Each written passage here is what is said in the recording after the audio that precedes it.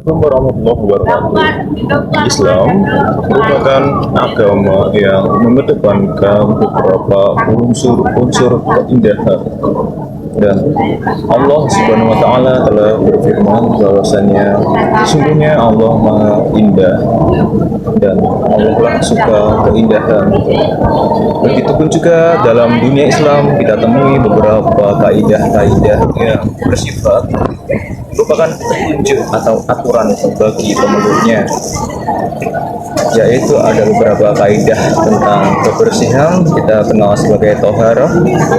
Ada kaidah di mana ketika kita tidak bisa berwudu karena ketiadaan air, kita bisa bertayamum, dan ada beberapa dasar-dasar dalam ajaran agama Islam yang mengedepankan kita mengajarkan kebersihan. Pepatah mengajarkan bahwasanya kebersihan sebagian dari iman. Bukti Islam mengajarkan kebersihan boleh kita temukan dalam sebelum kita melakukan ibadah sholat, kita harus melakukan ablution atau wudhu terlebih dahulu. Dalam kita melangkah masjid, tentunya kita harus menyucikan diri. Dan ada beberapa hal-hal ketika kita dalam keadaan hadas atau kita terkena najis, itu akan mendapati suatu aturan agar yang berlaku kepada diri kita, yang nantinya kita akan kembali menjadi bersih secara fisik. Seorang muslim harus menjaga kebersihan minimal dari kebersihan diri sendiri, pribadi, lingkungan terdekat, dan kita canangkan kepada seluruh umat Islam.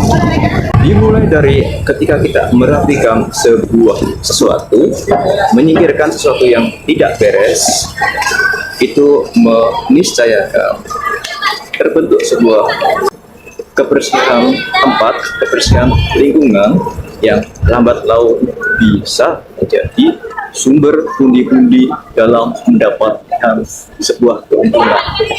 Dalam artian, ketika kebersihan dibangun, diselaraskan, dan diwanti-wanti oleh beberapa generasi dan generasi selanjutnya, akan menghasilkan sektor pariwisata. Di belakang saya ini merupakan masjid yang dibangun atas dasar konsep yang struktur bangunannya begitu rapih, arsitekturnya begitu canggih, dan mengedepankan kebersihan lingkungan.